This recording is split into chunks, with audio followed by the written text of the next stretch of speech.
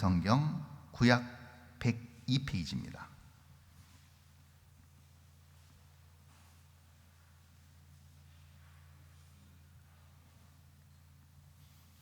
출애굽기 14장 10절에서 16절, 제가 15절까지 봉독하고 마지막 16절 합독합니다. 바로가 가까이 올 때에 이스라엘 자손이 눈을 들어 본즉 애굽 사람들이 자기들 뒤에 이른지라. 이스라엘 자손이 심히 두려워하여 여호와께 부르짖고 그들이 또 모세에게 이르되 애굽에 매장지가 없어서 당신이 우리를 이끌어내어 이 광야에서 죽게 하느냐? 어찌하여 당신이 우리를 애굽에서 이끌어내어 우리에게 이같이 하느냐? 우리가 애굽에서 당신에게 이른 말이 이것이 아니냐? 이르기를 우리를 내버려 두라. 우리가 애굽 사람을 섬길 것이라 하지 아니하더냐? 애굽 사람을 섬기는 것이 광야에서 죽는 것보다 낫겠노라. 모세가 백성에게 이르되 너희는 두려워하지 말고 가만히 서서 여호와께서 오늘 너희를 위하여 행하시는 구원을 보라. 너희가 오늘 본 애굽 사람을 영원히 다시 보지 아니하리라. 여호와께서 너희를 위하여 싸우시리니 너희는 가만히 있을지니라. 여호와께서 모세에게 이르시되 너는 어찌하여 내게 부르짖느냐? 이스라엘 자손에게 명령하여 앞으로 나아가게 하고 16절 다 함께 합니다. 지팡이를 들고 손을 바다 위로 내밀어 그것이 갈라지게 하라. 이스라엘 자손이 바다 가운데서 마른 땅으로 행하리라. 아멘. 우리가 믿는 하나님, 그리고 하나님께서 기록하신 성경의 말씀, 이것이 여타 고등 종교라고 일컬어지는 자기 자체 내에서의 교리와 경전을 가지고 있는 고등 종교와 비교되는, 도드라지게 비교되는 특성이 하나 있습니다. 오랜 역사를 가지고 또 많은 신도들이 현존해 있는 그런 종교들이 많은데요, 그 종교들은 대부분 무엇을 추구하는가? 그 경전 안에서의 어떤 교리적 규범입니다. 그것을 강조합니다. 이것을 지켜내야 되고 이것을 어떻게든 이뤄내야만 어떤 경전에서 기록된 그 어떤 상급이 됐든 어떤 징벌이 됐든 이런 것들이 경전의 기준을 통해서 나타나게 되고, 그 중심은 이것을 지켜내느냐 지켜내지 못하느냐의 중요한 어떤 중요성이 그 안에 있는 것이죠. 그래서 고등 종교의 대부분은 교리 중심이고, 또 무엇보다도 어떤 그 교리적 원리를 기반으로 해서 사람답게 한 사람을 만들어가는 그런 어떤 종교 행태라고 할 수가 있을 것입니다. 그러나 우리가 믿는 기독교, 우리가 믿는 예수 그리스도, 또 예수 그리스도를 통하여서 주신 이 말씀과 성령님의 조명하심의 역사는 이것과는 완전히 다른 구조로 되어 있습니다. 다른 방법이라고 할 수가 있겠죠. 그것은 무엇이냐면 결국 믿음이라는 겁니다. 믿음으로 믿고 나아가기만 한다면 언제든지 구원에 이를 수 있다라는 것이죠. 그래서 이 믿음은 결국 무엇을 근거로 한 것이냐? 누군가 이렇게 묻는다면 무엇을 믿고 하나님의 어떤 부분을 정확하게 믿는 것입니까? 라고 얘기한다고 한다면 그것은 주저없이 얘기할 수 있는 것이 바로 약속입니다. 하나님의 약속을 믿는 것이죠. 하나님께서 과거에도 현재도 미래에도 어김없이 우리에게 주셨던 약속, 그리고 그것을 신실하게 이어가시는, 이룩하시고 성취하시는 그 약속을 믿음으로 붙잡고 그 믿음에 반응하면서 살아가는 그 모든 신앙의 형식, 신앙의 방법이 바로 우리가 하는 신앙생활입니다. 그래서 우리는 하나님의 약속을 근거한 믿음을 기반으로 해서 신앙생활을 한다고 그렇게 정의할 수 있겠습니다. 그래서 구조 자체가 완전히 다릅니다. 그런데 종종 좀 이해가 안 되는 부분이 딱 걸릴 때가 있습니다. 그것은 무엇이냐면 바로 이 부분이죠. 다른 여타 종교들은 분명합니다. 이것을 하면 이것이 주어지고 이것을 못하면 이것이 주어지지 않는다. 굉장히 단순하고 명확하고 어렵지 않습니다. 복잡할 리도 없습니다. 그러나 우리는 좀 다릅니다. 자, 보시면 믿음을 가지고 약속을 붙잡고 달려가는데 문제는 뭐냐면 믿음이 없어서도 아닙니다. 누구보다도 믿음이 충만하고 누구보다도 약속에 신실한 하나님을 믿고 의지하고 달려갑니다. 근데 문제는 떡하니 뭐가 있습니까? 막힌다는 겁니다. 내가 분명히 잘못된 의도도 아니고 사심을 가지고 하는 것도 아님에도 불구하고 이것이 딱 막힐 때가 있다는 거예요. 통과하지 못하는 장벽이 딱 쳐질 때가 있다는 것이죠. 열심히 하나님의 말씀을 안 들어서도 아닙니다. 하나님께서 분명히 가라고 했고, 하나님께서 허락하셨고, 하나님께서 보게 하셨습니다. 그리고 목적지와 가는 길도 이탈하지 않고 제대로 왔습니다. 그런데 문제는 홍해바다입니다. 홍해가 넘실거린다는 거죠. 이런 거를 만나면 굉장히 당혹스럽습니다. 그렇죠? 하나님 뜻대로 안 산 것도 아니고, 하나님의 명령에 불복종한 것도 아니고, 그래도 믿음을 가지고 누구보다도 열심히 그 길을 뚜벅뚜벅 달려왔는데 그 목적지의 끝이 홍해바다라는 것이죠. 되돌아갈 수도 없습니다. 왜요? 뒤에는 애국 군대가 쫓아오기 때문이죠. 그러니까 앞으로 전진할 수도, 뒤로 후퇴할 수도, 또 옆으로 빠질 수도 없는 진퇴양난의 상황에 빠져버리고 만나는 것이죠. 동기가 부적절했다면 억울하지도 않을 것인데, 동기가 굉장히 순수했고 많은 것들을 포기했고 주님만 바라보고 의지하고 왔는데 넘실거리는 홍해바다를 만났을 때 당혹스러움, 황당함, 이거 어떻게 하겠냐는 것이죠. 여기에 대한 답은 사실 우리가 찾을 수가 없습니다. 왜냐하면 우리는 유한한 존재이기 때문입니다. 제한적인 영역에서 제한적인 생각과 제한적인 것만 판단할 수밖에 없는 유약한 존재이기 때문입니다. 그러나 우리를 인도하시고 우리를 끝까지 붙드시고 우리에게 모든 것들을 허락하시는, 또 약속을 주시는 하나님은 무한하신 하나님이십니다. 전능하신 하나님이십니다. 모든 것을 다 아시는 전지하신 하나님이시라는 겁니다.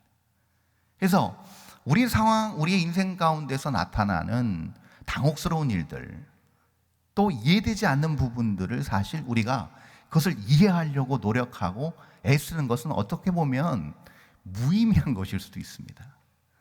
자기 스스로를 소진하는 그런 낭비적인 일이 될 수도 있다는 것이죠. 그럼 오늘 이 지금 홍해바다 앞에 선 이스라엘 백성들의 이 유명한 홍해 도화 사건을 우리가 보고 여기서 우리는 그럼 뭘 알 수가 있을까? 조금이나마, 아주 한 빙산의 한 일각이나마 하나님께서 그 당시 이스라엘 백성들에게 이러한 일들을 허락하신 하나님께서 수천 년이 흐른 지금 이 시간 동일하게 우리를 홍해바다 앞에 세우시는 하나님의 의도는 무엇일까를 그래서 조금이나마 이해하고자 오늘 이 말씀을 나누고 싶은 것이죠. 오늘 본문 첫 절 10절입니다. 이렇게 시작하죠. 한번 볼까요? 띄워주시겠습니다. 자, 한번 볼까요? 읽어보겠습니다. 시작. 바로가 가까이 올 때에 이스라엘 자손이 눈을 들어본 즉 애굽 사람들이 자기들 뒤에 이른지라 이스라엘 자손이 심히 두려워하여 여호와께 부르짖고. 그렇습니다. 굉장히 당혹스럽죠. 지금 모세 말, 그러니까 하나님의 말씀의 대언자였던 모세의 인도함을 받고 여기까지 온 겁니다. 그렇죠? 근데 떡하니 지금 가지도 못하고 되돌아가지도 못하고 주저앉아서 딱 죽을 판입니다. 굉장히 급박한 상황이라고 볼 수밖에 없는 것이죠. 한두 사람 죽는 게 문제가 아닙니다. 이거는 어떻게 보면 조금 더 멀리 내다보면 이건 무슨 일이에요? 하나님께서 선택하신 백성 이스라엘 전체가 다 지금 전멸할 위기에 있습니다. 그럼 하나님께서 왜 이렇게 하시나? 모세와 이스라엘 백성들은 이렇게 물 거예요. 하나님 지금 장난하시나? 그렇게 애굽에서 완강하게 바로가 못 가게 하고 10가지 재앙 통해서 결국은 바로가 풀어져서 광야를 통과해서 여기까지 왔는데 결국은 그냥 애굽에서 죽게 놔두지, 똑같이 죽을 거면 왜 광야에서 비참하게 이렇게 죽게 하시나? 하나님 지금 우리 가지고 지금 놀리시나? 하나님 심심하신가? 이렇게 충분히 생각할 수 있다는 것이죠. 역시 이스라엘 백성들이 상식적인 생각의 범주 안에서 이 동일한, 제가 지금 여러분들과 나누었던 이 생각을 동일하게 입 밖으로 내뱉습니다. 그것이 바로 그 다음 절 12절과 11절과 12절입니다. 이렇게 나타나 있죠. 자, 제가 한번 읽습니다. 그들이 또 모세에게 이르되 애굽에 매장지가 없어서 당신이 우리를 이끌어내어 이 광야에서 죽게 하느냐? 어찌하여 당신이 우리를 애굽에서 이끌어내어 우리에게 이같이 하느냐? 우리가 애굽에서 당신에게 이른 말이 이것이 아니냐? 이르기를 우리를 내버려두라. 우리가 애굽 사람을 섬길 것이라 하지 아니하더냐. 애굽 사람을 섬기는 것이 광야에서 죽는 것보다 낫겠노라. 예. 여러분, 아무리 봐도 이스라엘 백성들의 이 말이 정당합니다. 우리는 사실 바다가 갈라지고 200만이 넘는 이스라엘 백성들이 물 한 번 젖지 않고 홍해바다를 건넌 사실을 우리는 알기 때문에, 이런 초자연적인 기적의 역사를 알기 때문에 이스라엘 백성들을 비판할지도 모르겠습니다. 그러나 아닙니다. 이스라엘 백성들 입장에서는 지금 광야에서 홍해바다 앞에서 지금 다 죽을 수도 있는 급박한 상황이고 이해되지 않는 상황이기 때문에 상식적으로 이 말이 맞다라는 겁니다. 열심히 주를 위해서 달려왔습니다. 근데 사고가 떡 터졌습니다. 왜 하필 나야? 아니, 내가 잘못한 게 뭔데? 내가 부족한 게 뭐였는데 왜 나에게만 이런 일이 생긴 것일까? 그것이 단순히 그냥 한 번에서 끝나면 상관이 없습니다. 근데 그런 게 계속 지속됩니다. 근데 어떤 문제가 불거지면 또 다른 문제가 터지고 계속해서 연달아 해결은커녕 무거운 인생의 짐이 수십 톤씩 되는, 체감되는 인생의 짐들이 하나 둘씩 내 어깨를 짓누릅니다. 굉장히 이해되지 않는 상황이 오는 것이죠. 열심히 주를 위해서 달려간다고, 내가 정말 이 사업을 통해서 하나님 앞에 영광 돌리겠다고, 이 직장을 통해서 하나님 받으시는 온전한 산 제물로 온전히 내 인생 드리겠다고 결단했지만 안 됩니다. 결국은 폐업에 이르게 됩니다. 사업이 원활하게 운영이 안 됩니다. 갑자기 코로나가 밀어닥칩니다. 예기치 않았던 많은 사건과 사고들이 중간에 터집니다. 도대체 아무리 계산기를 두드려봐도, 아무리 요리조리 내 과거와 현재와 미래를 아무리 가늠해봐도 답이 안 나오는 상황입니다. 네, 충분히 우리 가운데 있을 수 있다라는 거죠. 속수무책으로 그 넘실거리는 시커먼 홍해바다 앞에서 그 바닷바람을 맞으며 무력하게 서 있는 모세와 이스라엘 백성들의 모습을 우리는 동일하게 우리의 삶 한복판에서 만날 수 있는 것이죠.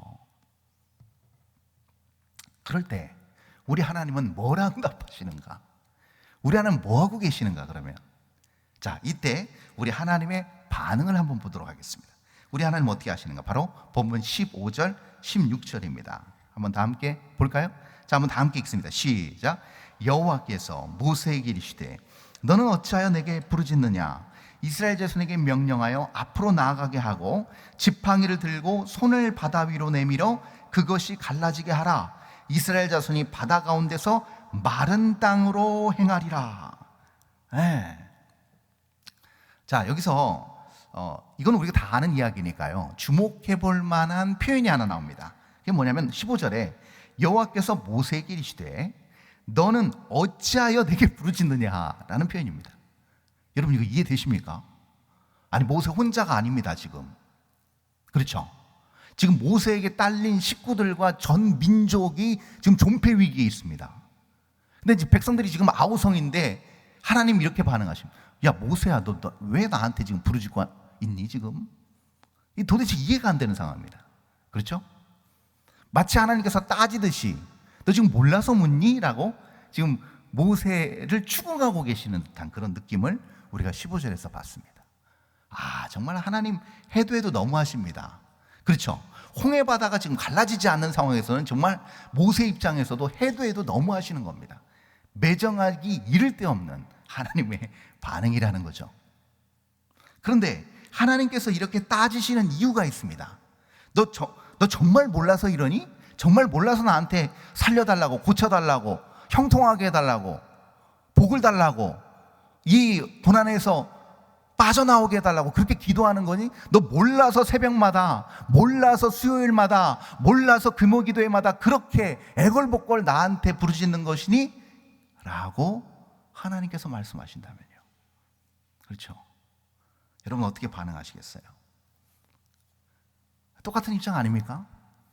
근데 이때 하나님께서 이렇게 말씀하시는 이유가 바로 13절, 14절에 나타나 있습니다. 한번 볼까요? 13절 14절입니다. 제가 읽습니다. 모세가 백성에게 이르되 너희는 두려워하지 말고 가만히 서서 여호와께서 오늘 너희를 위하여 행하시는 구원을 보라. 너희가 오늘 본 애굽 사람을 영원히 다시 보지 아니하리라. 여호와께서 너희를 위하여 싸우시리니 너희는 가만히 있을지니라. 예, 바로 이 말씀 때문이었습니다. 지금 하나님께서 모세를 추궁하시는 이유는 바로 이거예요. 너가 백성들한테 지금 뭐라고 했느냐? 두려워하지 말라고 하지 않았느냐? 가만히 서서 여호와 하나님께서 어떻게 싸우시는지 지켜보자고 하지 않았느냐? 이 말씀을 하고 계시는 겁니다. 네. 자, 그럼 여기서 이해되지 않는 하나님이 이해됩니다. 그렇죠? 판세가 바뀌었습니다. 아, 그렇지. 무릎을 칠 수밖에 없습니다. 아, 내가 선포했지. 믿음으로 반응했지. 하나님께서 나를 사랑하시기에 나에게 가장 좋은 것 주신다고, 나에게 살 길을 열어주신다고 하나님 말씀해 주셨지 라고 믿음의 반응으로 다시 모세의 고백을 보면 모든 게 다 이해가 됩니다. 하나님께서 추궁하실 만합니다. 자, 그런데 여기서 하나 의문점이 하나 들어갑니다. 궁금증이 하나 있어요. 풀리지 않는 또 하나의 문제가 있어요. 자, 그렇다면 모든 이러한 문제 앞에서 자, 하나님께서 해결해 주실 거야 라고 선포하고 그런 막연한 믿음을 가지고 나아가면 바다가 갈라지는 기적이 일어나는가라는 것이죠. 자, 여기 계신 저와 여러분이 한두 해 지금 신앙생활을 하시는 것이 아니기 때문에 간절한 마음으로 몇 수십 번, 수백 번 하나님 앞에 울면서 기도했던 적도 있을 것입니다. 그리고 수많은 기도의 응답도 받으셨을 거예요. 그렇죠? 하나님께서 기적 같은 역사로 낫게도 하셨고 살리게도 하셨고 보호도 하셨을 것입니다. 그러나 또 다른 경우는 그렇게 애걸복걸 하나님 앞에 겸손하게 납작 엎드려서 기도했지만 하나님께서 전혀 응답해 주시지 않았던 적도 있었을 것입니다. 지금도 그러신 분이 계실 것입니다. 제발 우리 남편 구원시켜 주세요. 저 잘 먹고 잘 살자고 남편 구원 얘기하는 거 아닌 거 아시잖아요, 하나님. 근데 왜 여전히 새생명 전도축 때가 지났음에도 불구하고 남편은 눈 하나 깜짝하지 않는 것일까요? 왜 우리 자녀들은 그렇게 태중에 있을 때부터 기도하고 하나님 앞에 간구하고 드렸지만 왜 아직까지 그 아이들은 하나님을 가까이 하려 하지 않는 것일까요? 이런 의문이 우리에게 존재한다는 것입니다. 그래서 우리는 보통 이럴 때 우리 스스로를 뭐랄까요? 위로합니다. 그렇지. 내 믿음이 부족한 거지. 내 기도가 부족한 거지. 내 잘못 아니겠어? 라고 그렇게 스스로를 자유합니다. 그렇지 않겠습니까, 여러분? 달리 방법도 없고 이해도 안 되잖아요. 그러니까 부족을 다 나의 탓으로 돌리는 겁니다. 하나님은 완전하시니까요. 하나님은 실수가 없으시니까 부족한 건 역시 나의 믿음이야. 내가 더 기도를 못한 탓이야. 내가 모범을 보이지 못한 탓이야 라고 그렇게 스스로를 자책하고 넘어간다는 겁니다. 그런데 과연 그럴까요? 과연 그게 맞는 것일까요? 자, 어떻게 생각하십니까? 물론 그럴 수 있습니다. 나의 믿음의 부족과 나의 연약함이 그런 결과를 가져올 수도 있을 것입니다. 그러나 여러분, 또 다른 조금 더 거시적인 측면에서 바라보면요, 여러분 믿음이 좋은 사람이 100% 좋은 사람이 얼마나 이 세상에 존재할까요? 저와 여러분을 포함해서 여러분 자신 있게 하나님 앞에서 저는 하나님을 100% 신뢰하고 주님만을 따르는 삶을 살고 있습니다라고 누가 자신 있게 얘기할 수 있겠습니까? 단언코 자신 있게 손 번쩍 들고 주님의 뜻 따라 저는 살고 있습니다. 제 삶은 완벽합니다라고 얘기할 수 없다라는 것이죠. 그런 측면에서 봤을 때 우리의 믿음은 부족할 수 있습니다. 우리의 기도도 마찬가지입니다. 우리가 매번 정성을 다해서 기도하지만 여러분 얼마만큼 기도해야 하나님 마음에 흡족한 기도를 드릴 수 있겠습니까? 우리가 숨을 쉬는 만큼 우리가 무의식적으로도 하나님 앞에 간구할 수 있다라고 한다면 그것이 하나님을 만족시켜 드릴 수 있겠습니까? 아니요, 못합니다. 그러면 무엇이 필요한 것인가? 이 시점에서 그것을 바로 오늘 본문이 잘 알려주고 있습니다. 중요한 단서가 마지막 절 16절에 숨어져 있습니다. 자, 16절 한번 다 함께 읽어볼까요? 자, 다 함께 읽습니다. 시작. 지팡이를 들고 손을 바다 위로 내밀어 그것이 갈라지게 하라. 이스라엘 자손이 바다 가운데서 마른 땅으로 행하리라. 아멘. 자, 중요한 색깔칠한 부분이 있습니다. 지팡이를 들고 손을 바다 위로 내밀어 라는 표현입니다. 여러분, 홍해 도화 사건에서 가장 클라이막스라고 한다면요, 여러분 어떤 장면을 꼽으시겠어요? 동풍이 쫙 불어와서 바다가 쫙 갈라지고 찰턴 헤스턴 주연의 그 10개의 영화의 그 장면이 연상될 수밖에 없겠죠. 그러나 여러분, 오늘 이 본문을 살펴보고 있는 우리에게 있어서 가장 중요한 정점, 클라이막스는 어딘가? 바로 오늘 본문 맨 마지막 절인 16절입니다. 지팡이를 들고 손을 바다 위로 내밀어. 이겁니다. 이거라는 것이죠. 여러분, 이 지팡이에 오늘 우리에게 드는 의문점을 풀 수 있는 중요한 열쇠가 숨어져 있습니다. 해답의 열쇠가 숨어져 있다는 것이죠. 그게 바로 이 지팡이입니다. 여러분, 출애굽기 4장 17절에 보면 이렇게 나타나 있습니다. 자, 모세를 처음 만나시고 모세에게 사명을 주시면서 우리 하나님께서 모세가 들고 있던 지팡이를 딱 지목하시면서 이렇게 말씀하십니다.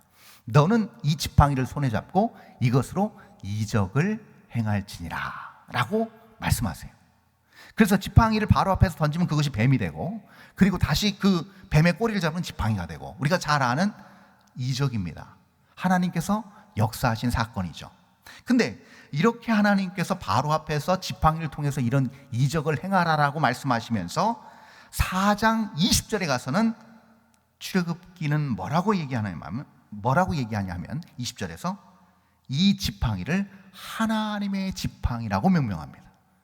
더 이상 모세의 지팡이가 아니라 하나님의 지팡이라고 명명한다는 것이죠.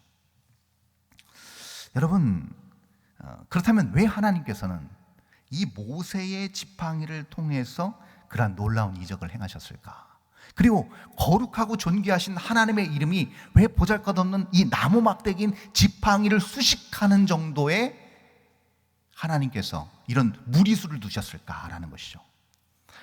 당신의 이름을 망령되이 읽을지 말라 하시던 우리 하나님께서 보잘것없는 하찮은 미물도 아니죠, 생명체도 아닌 그 지팡이에 자신의 거룩하고 존귀한 이름을 수식하신 이유는 도무지 납득이 되지 않습니다. 하나님의 지팡이라니요, 말이 되지 않는다는 것이죠. 여러분, 왜 하나님께서 이렇게 하셨을까요? 여러분, 다른 게 아니라 모세가 들고 있는 이 지팡이, 보잘것없는 이 막대기는요, 누구를 표현하고 누구의 모습을 잘 보여주기 때문일까요? 바로 모세 자신의 모습입니다. 모세 자신의 모습입니다. 여러분, 모세가요, 한때 정말 애굽 궁정에서 정말 호의호식하면서 어떤 지식의 최고봉에 있었던 시절이 있었습니다. 히브리 노예의 아들로 태어나서 그 자리에 오르기까지는 정말 너무나 놀라운 사건이었고 기적의 역사였습니다. 그러나 그가 살인을 저지르고 나서 미디안 광야로 도망 나와서 40년 동안 그가 누구와도 말을 섞지 않는 상태에서 양을 치는 세월을 보내다 보니까 처음에 하나님께서 모세를 불러서 바로에게 가서 내 백성을 구원하라 했을 때 저는 입이 둔하고 혀가 둔합니다라는 말이 정답입니다. 여러분, 생각해 보십시오. 40년 동안 그 광야에서 어떤 문명의 혜택을 전혀 받지 못하고 양만 치고 있었다고 생각해 보십시오. 이미 그의 나이는 80에 들어섰습니다. 도무지 그는 말을 할 수가 없었을 것입니다. 말주변을 얘기하는 게 아니라 말이 잘 안 나왔을 것입니다. 심지어 그는 자기의 양도 하나 없어서 장인 이드로의 양을 치고 있었습니다.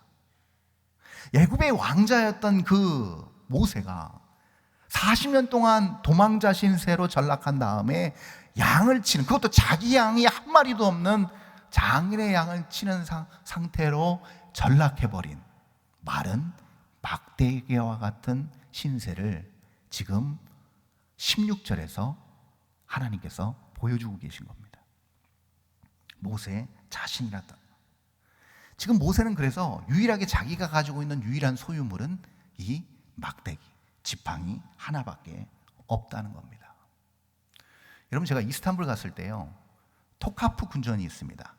그러니까 그 오스만 투르크 제국의 수도였던 이스탄불, 그 비잔티움 제국부터 계속 수도로 동서양의 중요한 중심지 역할을 했던 곳이 바로 이 콘스탄티노플, 이스탄불입니다.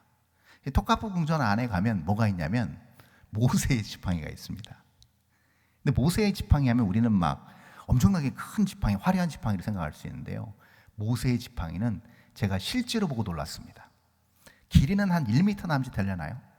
그리고 그 지팡이의 두께도 막 한 손으로 잡히지 않을 정도의 그런 두께여야 되는데, 무슨 산신령들이 짚고 다니는 그런 지팡이가 아니라 굉장히 얇습니다. 얇고 볼품없고 짧은 지팡이입니다. 그러니까 노인이 자기 몸을 지탱하고 거동하기 위해선 보조 수단으로 쓰는, 우리가 일반적으로 아는 지팡이입니다. 시중에서 파는 35,000원짜리 그냥 플라스틱 지팡이보다 더 못한 수준의 나무 지팡이입니다. 그것이 진정 모세가 썼는지 아닌지는 모르겠으나 여러분, 이것은요 성경적으로 굉장히 중요한 통찰을 줍니다.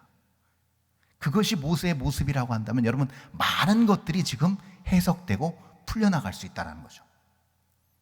모세는 지금 넘실거리는 파도가 휘몰아치는 지금 홍해바다 앞에서 자신의 지팡이를 보고 있습니다. 그리고 모세는 무슨 생각을 했을까요? 그 넘실거리는 바다 앞에서, 그 위급한 상황에서, 일촉즉발의 위기 앞에서 그는 무슨 생각을 했을까요? 자신의 지팡이를 보지 않았겠습니까? 하나님께서 지팡이를 명하여 들라 했을 때 자신의 지팡이를 보지 않았겠습니까? 그리고 그는 떠올렸을 것입니다. 처음에 떨기나무 가운데서 나를 만나주신 하나님, 그리고 나에게 사명을 주시고 나를 불러주셔서 이 위대한 일을 이루게 하신 하나님을 생각하지 않았겠습니까? 그 지팡이를 통해서 그 볼품없는 지팡이가 뱀으로 변하기도 하고, 그 지팡이가 날강을 쳤을 때 그 애굽의 젖줄이 다 피로 물드는 기적을 경험하고, 애굽 전역을 향하여 지팡이를 들었을 때 모든 생명체의 첫 초태생들은 다 죽어나가는 재앙을 지팡이를 통해서 경험했습니다. 너무나도 놀라운 사건을 보잘것없는 하찮은 볼품없는 지팡이를 통해서 모세는, 이스라엘 백성들은 보았다는 것이죠. 그러면 여기서 무슨 생각을 할까요? 여러분, 똑같습니다. 여러분, 출애굽기 17장에서도요 아말렉과의 전쟁에서 모세는 기도하지 않았습니다. 기도했다는 기록이 없습니다. 그럼 모세는 뭐 했는가? 산으로 올라갔습니다. 그리고 뭐 했어요? 지팡이를 들었습니다. 양손을 들었습니다. 근데 힘이 없어서 내려갈 때 아론과 훌이 옆에서 받쳐준 겁니다. 우리가 너무나도 잘 아는 사건이죠. 이때 모세는 무릎을 쳤을 것입니다. 그렇구나, 이 지팡이였구나, 이 보잘것없는 지팡이를 들어 올리면 되는 것이구나. 다른 어떤 고상한 어떤 신앙생활, 고상한 누구보다 나은 무엇인가를 내가 하는 것이 아니고, 내가 무엇인가 하나님 앞에서 또 뛰어난 무엇인가가 아니구나를 그는 깨달았을 것입니다.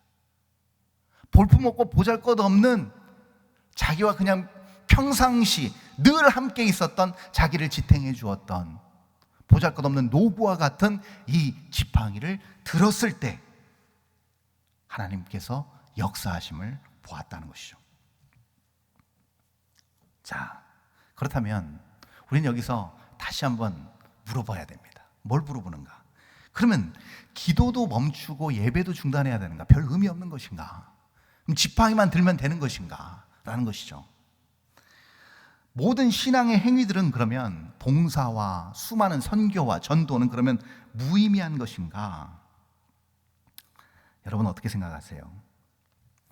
우리는 종종 이렇게 생각합니다. 왜 이렇게밖에 할 수가 없는 것일까? 왜 이렇게 난관과 문제와 어려움에 봉착하게 되는 것일까? 내 예배가 부족해서일까? 내가 하나님 앞에 헌신하지 못해서일까? 내가 하나님 앞에 많이 드리지 못해서일까? 아니면 내가 주님 앞에 내 인생을 온전히 아름답게 말씀대로 하지 못해서 아닐까라는 것이죠. 아니요. 여러분, 분명히 오늘 본문을 통해서 이 모세의 지팡이를 통해서 우리가 알 수 있는 게 무엇인가? 여러분, 우리의 삶 가운데서 우리가 정말 어떤 상황에서든지 기쁘고 감사하고 충만한 삶이 유지되지 못하는 이유, 홍해바다 앞에서 이스라엘 백성들처럼 두려움에 떠는 이유는 단 하나입니다. 그것은 무엇이냐면 보잘것없는 그 구원의 은혜와 같은 그 지팡이에 더덕더덕 다른 것들이 붙어있기 때문입니다. 더덕더덕 뭐가 붙어있는가? 바로 우리의 죄된 욕망과 교만이 붙어있기 때문입니다. 여러분, 사람은 어쩔 수 없습니다. 제가 설명드렸잖아요. 유약하고 연약하고 무지한 존재이기 때문에 조금만 뭔가 불순물이 더덕 붙기만 하면, 돈이라는 불순물이 더덕 붙기만 하면 여러분, 인생의 중심추가 돈으로 갑니다. 명예라는, 능력이라는 더덕지가 덜썩 그 지팡이에 붙기만 하면 어떤 현상이 일어날까요? 우리의 능력을 의지할 수밖에 없습니다. 중심추가 능력으로 갑니다. 지식으로 갑니다. 경험으로 갑니다. 이럴 수밖에 없다는 거죠. 내가 누리고 내가 보장받고 있는 것, 내가 해왔던 것들에 치중할 수밖에 없는 겁니다. 그 범주 안에서 생각하고 그 범주 안에서만 해결하려고 하는 유혹을 뿌리치지 못한다는 겁니다. 여기에 큰 문제점이 있다는 것이죠. 그러면서 우리가 하나님을 알고 믿기 때문에 그 범주 안에 있으면서도 우리는 여전히 이 문제를 해결해 달라고 하나님 앞에 나아간다는 것이죠. 그러나 하나님은 또 동일하게 홍해바다 앞에서 뭘 보여주시는 거예요? 보잘것없는 1m 남짓한 그 얇은 지팡이를 보여주시면서 너 자신을 보라고 얘기하시는 겁니다. 이것이 중요하다는 것이죠. 기도를 계속하고 하나님 앞에 내 삶을 온전히 드리고 예배 안에서 온전히 세워지는 것은 무엇인가? 바로 이 작업입니다. 점점 나를 벗겨내고 내가 보잘것없는, 별볼일 없는, 아무짝에도 쓸모없는 무익한 종이었던 거칠은 막대기에 지나지 않았음을 보는 겁니다. 그 작업이라는 겁니다. 구원으로 얻은 이 생명력을 상실한 사람들의 전형적인 특성이 이겁니다. 하나님께서 많은 은혜와 복을 주셨음에도 불구하고 그것을 만약 내가 누려서, 내가 잘해서, 뭔가 나만 사랑을 받아서 그것을 누릴 자격이 있다고 생각하는 순간, 여러분, 우리의 두려움은 점점 커질 것이고요, 우리의 염려와 우리의 근심은 나날이 더 깊어질 것입니다. 왜요? 우리의 마음의 중심은 더 그것을 의지할 것이기 때문에 그렇습니다. 여러분, 한 2주 전, 3주 전인가요? 제가 야뽕나루 사건을 제가 본문으로 다루고 말씀을 나누었죠. 야뽕나루 사건에서도 동일한 원리가 적용됩니다. 야곱이 야뽕나루에서 하나님과 씨름할 때도 이렇게, 씨름 전에 그가 이렇게 고백해요. 창세기 32장 10절에서 12절입니다. 한번 볼까요? 이렇게 그가 고백하죠. 나는 주께서 주의 종에게 베푸신 모든 은총과 모든 진실하심을 조금도 감당할 수 없사오나 내가 내 지팡이만 가지고 이 요단을 건넜더니 지금은 2때나 이루었나이다. 내가 주께 간구하오니 내 형의 손에서, 에서의 손에서 나를 건져내시옵소서. 내가 그를 두려워함은 그가 와서 나와 내 처자들을 칠까 겁이 나기 때문이니이다. 주께서 말씀하시기를 내가 반드시 내게 은혜를 베풀어 내 씨로 바다에 셀 수 없는 모래와 같이 많게 하리라 하셨나이다. 자, 여러분, 똑같은 상황입니다. 절대 다르지 않습니다. 똑같은 위기 상황입니다. 그때 야곱이 발견해낸 게 뭐예요? 처음에 자기가 삼촌 집으로 도망갔을 때, 배낭 하나 짊어지고 도망갔을 때 자기 손에 들려 있었던 지팡이를 생각한 겁니다. 지팡이. 처음에 자기 처지를 생각한 거예요. 자신의 위치를 생각한 겁니다. 자신의 본질을 발견한 겁니다. 근데 2때나 이루었다. 하나님이 주셨다는 겁니다. 하나님이 허락해 주셨다는 거예요. 내가 잘해서, 내가 유능해서, 내가 성실해서 이룬 것이 아니고 하나님이 주셨다고 인정한 겁니다. 그러면서 야곱은 이렇게 고백합니다. 주님께서 말씀하셨습니다. 내가 반드시 내게 은혜를 베풀어. 반드시 은혜를 베푸신다고 하지 않았습니까? 그 약속에 의지하여 지팡이와 같은 저를 받아 주십시오라고 고백한 겁니다. 씨름하기 전에 이미 이때 끝났습니다. 이미 야곱은 철저하게 엎드렸습니다. 자신의 본 모습인 지팡이를 만나는 순간 그는 철저히 발견하게 된 겁니다. 이 모든 것이 하나님의 은혜였다고 말이죠.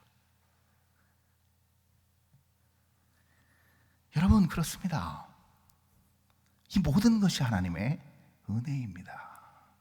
우리가 어떤 상황에 처해 있든지 간에 하나님께서 우리를 사랑해 주시고 구원해 주신 그 은혜가 있기에 오늘 우리는 이 자리에 있는 것입니다, 여러분. 그것을 절대 놓치면 안 되는 것이죠. 여러분, 그래서 우리에게 고통이 임하고 홍해바다에 하나님께서 세우신다는 것은 결국 무엇을 의미할까요? 우리는 어쩔 수 없습니다. 어쩔 수가 없어요. 스스로 도무지 깨달을 수 없는 존재이기 때문에 홍해바다에 섰을 때 뭘 생각해? 우리는 버뜩 죽음의 두려움이 엄습합니다. 여러분 보시면요, 여기서 이렇게 다 건강한 상태에서 예배드리는 모습과 병상에서 몹쓸병 걸리셔가지고 무슨 어떤 그 암 진단이나 이런 거 받으셔가지고 병상에서 수술을 앞두고 있는 분의 눈빛은 완전히 다릅니다. 왜 그럴까요? 죽을 수도 있다는 두려움입니다. 사망이 코앞에 있는 두려움입니다. 그 염려와 근심과 그 사망의 그늘이 그 눈가에 그대로 스며들어 있습니다. 여러분, 그럴 때 자기의 연약한 지팡이의 모습을 보면서 죽음을 생각하게 될 때 뭘 발견하게 될까요? 그땐 다른 게 아닙니다. 은혜를 경험한 사람이 죽음의 코앞에 갔을 때 경험하는 건 뭐냐면 하나님의 구원의 은혜, 생명의 은혜라는 겁니다. 하나님께서 우리를 홍해 끝까지 밀어붙이시는 이유는 다른 게 아닙니다. 하나님께서 우리에게 허락하여 주신 이 십자가의 은혜가 얼마나 고귀한지를 깨닫게 하기 위해서입니다. 왜냐면요, 여러분, 어떤 문제와 상황 가운데서도 이거를 해결하게 되면, 이거를 온전히 정통으로 우리가 맞닥뜨리고 깨닫게 되면요, 이 모든 것들은 다 불사합니다. 초월합니다. 뒤집어 엎을 수 있습니다. 상황이 바뀌어서가 아닙니다. 이 모든 것들은 부질없고 아무 의미가 없는, 훨씬 더 중요한 생명의 원리가 그대로 내 가운데, 내 중심에, 내 삶 중심에 자리 잡게 된다는 것이죠. 그렇기 때문에 염려와 근심과 걱정이 자리 잡을 여유가 없습니다. 반듯하게, 온전하게 세워진다는 것이죠. 이 시간 다시 한번 우리가 연약한 우리의 삶 가운데에서 겪는 넘실거리는 그 홍해바다 앞에서 우리는 우리 스스로를 발견해내야 합니다. 지팡이를 발견해야 됩니다. 그리고 죽을 것 같은 힘든 상황 속에서 결국 무엇이 도드라지게 가치 있게 영롱하게 빛나야 되는가? 나를 구원하신 십자가의 은혜와 사랑만이 빛나야 된다는 것입니다. 여러분, 우리가 분명하게 알아야 되는 중요한 사실은 무엇인가? 하나님의 사랑은요, 절대로 상한 갈대를 꺾지 않으시고 꺼져가는 등불을 끄지 않으시는 하나님이시라는 겁니다. 여러분, 활활 타오르는 불 얘기하신 거 아닙니다. 멋들어지게 쫙 뻗어있는 굵은 건강한 갈대 가지를 얘기하고 계신 게 아닙니다. 상한 갈대입니다. 언제 불어도 그 풍전등화의 상황에서 꺼져버릴 수밖에 없는 위기 상황에 있는 등불입니다. 그 등불을 하나님은 사용하시고 그 등불을 지키시고 그 상한 갈대를 꺾지 않으시고 생기발랄하게 세워주시는 사랑의 하나님이심을 믿으시기 바랍니다. 이 믿음 변치 않고 끝까지 그 홍해바다 저편까지 두벅두벅 하나님의 능력의 손을 붙잡고 하나님 품 안에서 믿음의 경주를 해나가실 수 있는 저와 여러분 될 수 있기를 바랍니다. 기도하겠습니다.